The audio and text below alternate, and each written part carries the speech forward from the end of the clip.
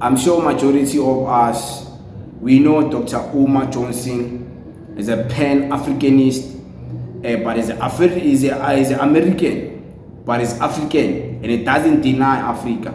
It doesn't shy away from Africa. He represents Africans wherever he goes. He preaches the pan-Africanist way, pan-Africanist agenda, pan-Africanist message, African unity, and things like that. But according to him, he's explaining why black people are always at the bottom of the bottom. And it dives deep into it, and it dives deep into the deep-rooted issue of why black people always seem to fail, seem to never get it, because we don't own things, we don't own institutions, we don't own businesses, we don't own companies, we don't own things that will benefit us, we don't own banks.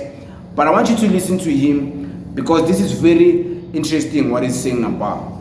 And the solution is independence in all areas of human endeavor. The solution for African people is no different than the solution for Chinese people. The solution for African people is no different than the solution for the French people. It's the same. It's no secret. It's not hidden under a rock. We have to do what everyone else has done, and as build ourselves up independently, economically, educationally, spiritually, socially, politically. We must become a power base, which we are not, as we are today, with all of our doctors, with all of our college educated folks, with all of our black capitalistic business owners who are only looking to get rich themselves, but do nothing to raise the general economic condition of black people. We are still a race of dependents. If you live in France, you're dependent on the French government for this and for that. You're dependent on white business to provide your basic needs. America, it's the same thing. Africa, it's the same thing. Wherever we are dependent on the white power structure where we live. There's 4 institutions that you must have in order to be considered an independent community. We don't have them nowhere in space and time at the same time. A hospital to protect African life. A supermarket, okay, for nutrition to preserve African life. Education to prepare the next generation of African children for the role that they must play in the freedom struggle. And number 4, a bank to finance the building of infrastructure and institutions and organizations and programs where we live. You cannot find those 4 things totally owned by African people anywhere on the face of the earth, but we will call ourselves free. There's 2 types of freedom. There's a freedom and there's an freedumb. White people have the freedom. We have the freedom because we're too politically uneducated to recognize that it doesn't matter if you can drive a Mercedes. It doesn't matter if you can live in a white suburbs. It doesn't matter if your black child can go to a white school. At the end of the day, what do you control? What do you own? What do you produce? What do you distribute? Marcus Garvey said, a race without power and authority is a race without respect. A race that doesn't respect itself automatically forfeits the respect of other people. So you say, where did we begin? 2 things. Education and economics. It's going to be hard to break the psychological chains of slavery as long as just about everyone in this room went to a white school to get their education, a white public school to get that education. And what is the function of public education?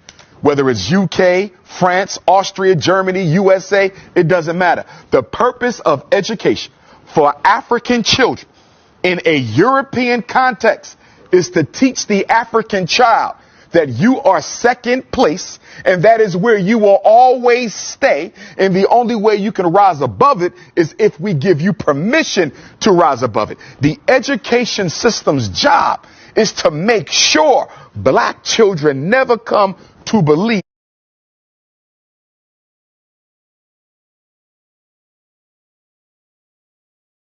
that they have a right to replace the white boy being in control. That was the next question I was going to ask you, because, you know, when we speak about African Americans, do you think that African Americans are truly and deeply aware of their African roots?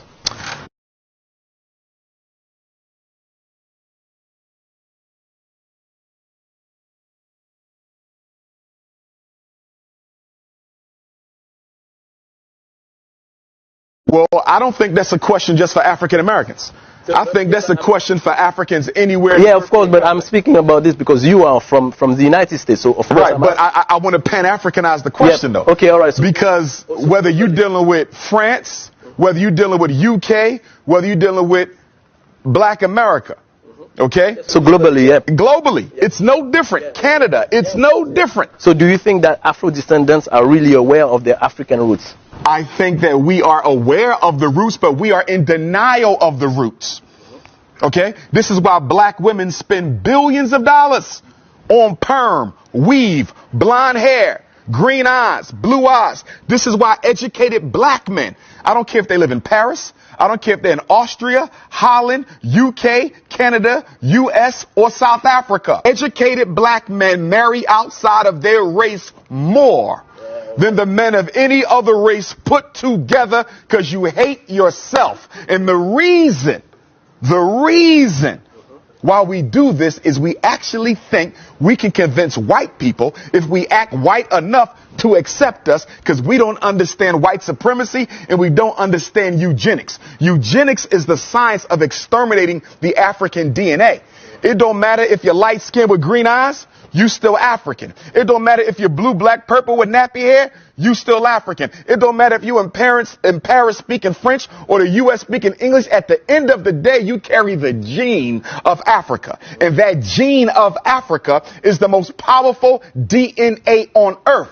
We are the only people who can reproduce ourselves in every other group.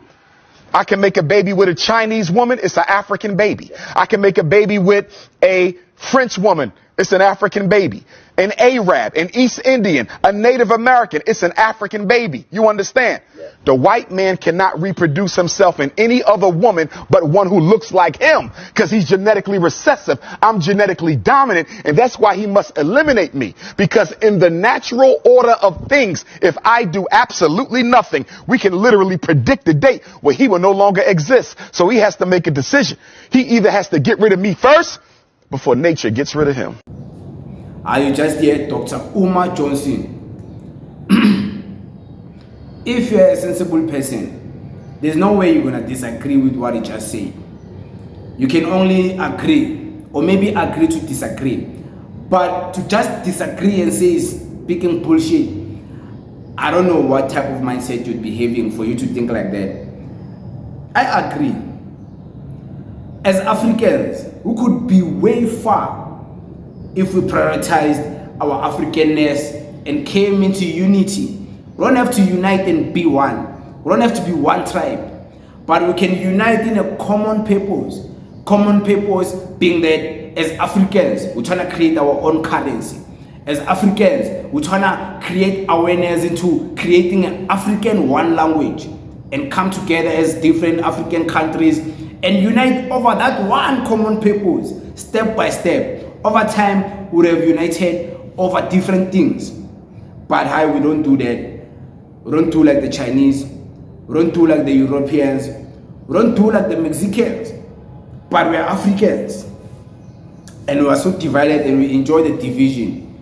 So how can we benefit? How can we win? Xenophobia. Like, we'll never go anywhere as Africans.